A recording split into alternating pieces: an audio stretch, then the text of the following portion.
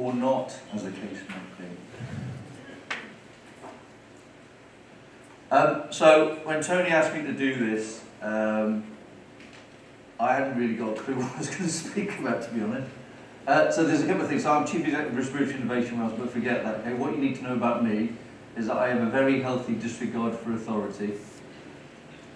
And I belong to the Ministry of Disruptive Thinkers. I'm about to tell you a personal narrative of where this all started off and potentially where the new beginnings are going to be around this. Okay?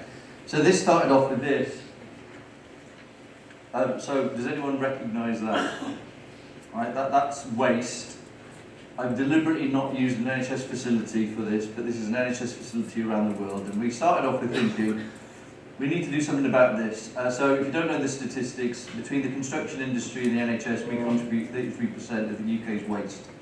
So we thought we had to do something about this. And I've recently been at a meeting with Swansea University, the brightest PhD candidates around the table, 20 of them, and I said, are you happy with the world that you live in? So are you happy generally with the world that you live in? So this is crowd participation, because you're about to eat lunch, okay? Who's happy with the world that they live in? Put your hands up if you're happy about the world. And that's exactly what they said, right?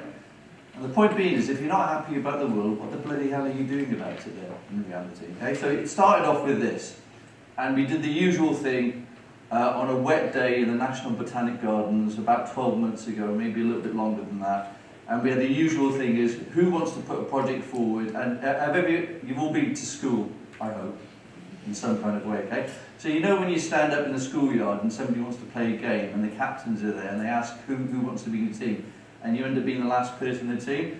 That this idea was the last one in the team, right? So we had Billy No-Mates working with us. Some of the other groups who are sitting here smugly in front of us, okay, had loads of people in there, okay? We had very few.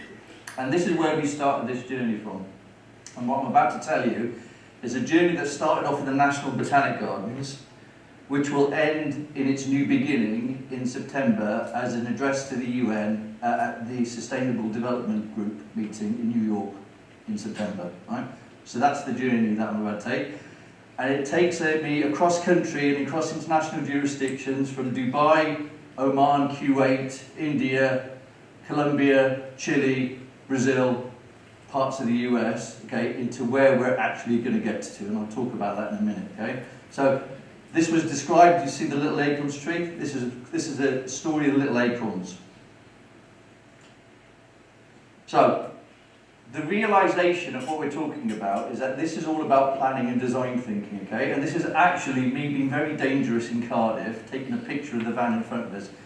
Can anyone tell me what's wrong with that picture? Apart from all of it, right? Why would anyone put a windscreen wiper on a screen that actually can't get dirty and you can't see at the back of, right? And that summarises where we're at actually with all of this, which is our design thinking is entirely shot.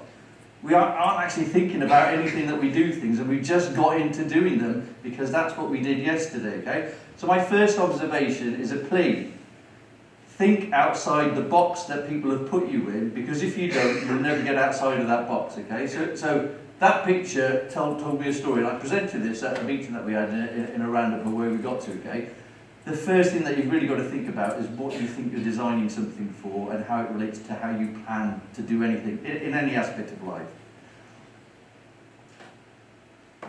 And the other thing is, look at where we're trying to really get to, right? So if our main thing is to improve the health, well-being and wealth of our population, are we really designing stuff around us that actually contributes to that? And if so, which parts of this entire ecosystem are we trying to actually affect in reality? And are we really doing what we said we're doing, okay? And I'll take a little bit about the previous presentation about buildings and the built environment in particular, because our view, and I'll talk a little bit about where we've got to, is that the built environment doesn't get anywhere near where we need to get to, even with the federation of some of the technologies on engineering construction that are actually happening.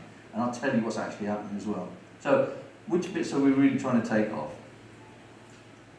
And the other thing is, in order to do it, you have to science the shit out of the problem, okay? So apparently, right, we are an advanced species that's managed to dominate the world because we're clever and we think about things, okay? But with that brings a sense of apathy because we think we've done it all. And we actually haven't done it all, because unless you science the hell out of a problem, okay, we don't get anywhere, really. So think about that. And it brings me back to this, which is one of the most influential films I've seen lately, okay? So when you have nothing in a hostile environment, your only option is to science the hell out of the problem, okay? And we just don't do that enough. We don't think about the design thinking purpose about what we're doing. So that's my next observation is, take time to reflectively think about what you're actually trying to do and how technology, innovation, research and development, all of which we've got lots of in Wales just in the beginning of it, we could do if only we sat down and had the time to think about what we were doing. And this is where we've come to. So we started off trying to resolve the use of health-related media, and we've got to this, which is actually I'm going to ask you a question. How much time do you think you live in a built environment? And by a built environment, I mean live in your house, stay in your house, in a place of work, or in a public space, right?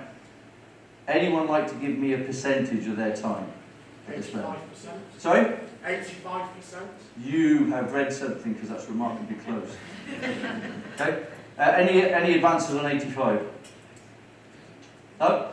It's actually 87%. So if you live to be 80, you'll spend 72 years of your life in a built environment, right? Where do you spend another 6% of your life? Sleep. In the car. No, you're sleeping, hopefully, unless you're sleeping outdoors.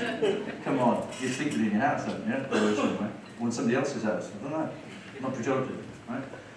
So unless you design this for the health and wellness of people, right, it is not a surprise that we're spending £9 billion on the health service. It is not a surprise, okay? And when I mean we do not go far enough into how we build the built environment, right? We have an excellent presentation from Jonathan about some of the buildings that have been built up in Swansea, okay? So, look around the place around you, okay? This looks like a nice room, doesn't it? Who says it's a nice room? Yeah? Nice room, right? How do you know that the air that you're breathing at the moment isn't actually causing you a problem? How do you know that? Sorry, this is crowd participation before your lunch. How do you know that? You don't know it. And why don't you know it? Because there's no sensors around you telling you what's happening to your air quality, right? How do you know? So I'm suspecting that there's some PFAS in this material that you're standing on, okay? PFAS is polyfluoroalkyl, okay? They do it because the vinyl was banned, because it creates bad chemicals, okay?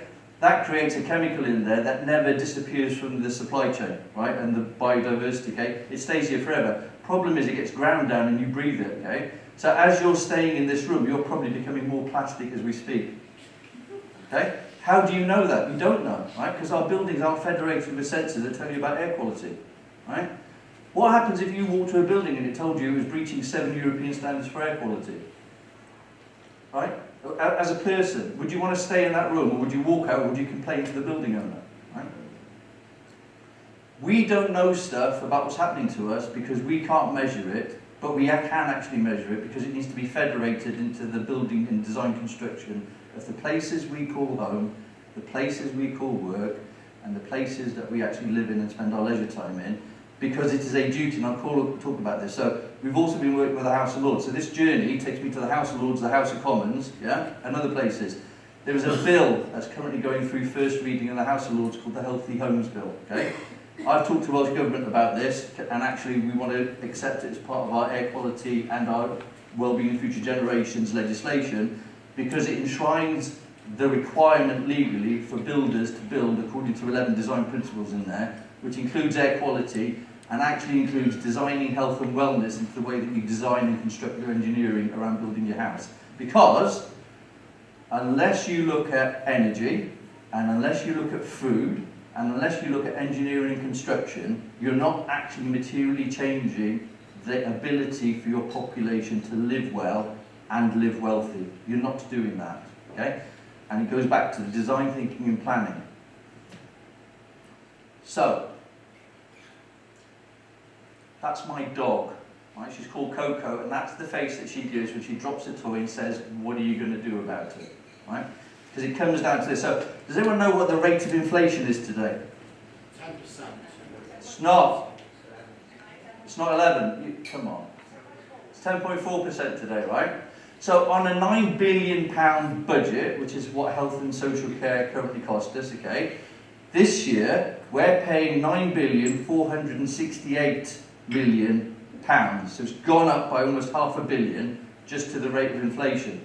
So unless this becomes an economic reality, which is we need to build this and it can't cost us any more to build it and federate all the technology in, it's not embedded in economic reality. So what I'm about to tell you is what we're doing about it. So in conjunction with a whole range of partners, so Jonathan mentioned Swansea City region, yeah?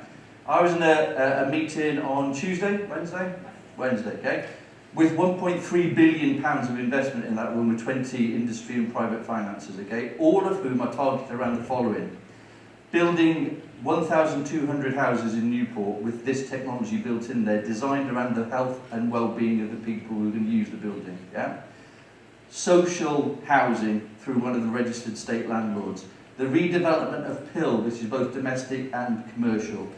One school and 2 healthcare facilities built like this, specifically designed around the health and wellness of the people using the building, federating modern technologies, including energy, food, building construction and materials, sensor design, data and data analytics, okay? So I was also at a Cardiff Business School meeting talking about what the exportable areas for Welsh business are going to be, and they talk about the usual thing, compound semiconductors, yeah, and cyber security now, okay?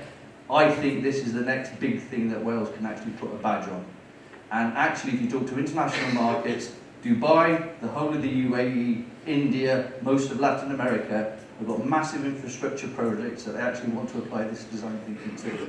So, I am talking to you about a story from a company that's got less than 4 full-time employees. Put your hands up. They're sat here, okay?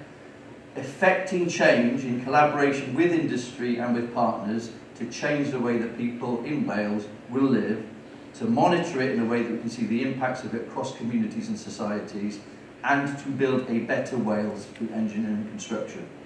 So that's my journey. You can do the same thing. You can get involved. Thank you very much.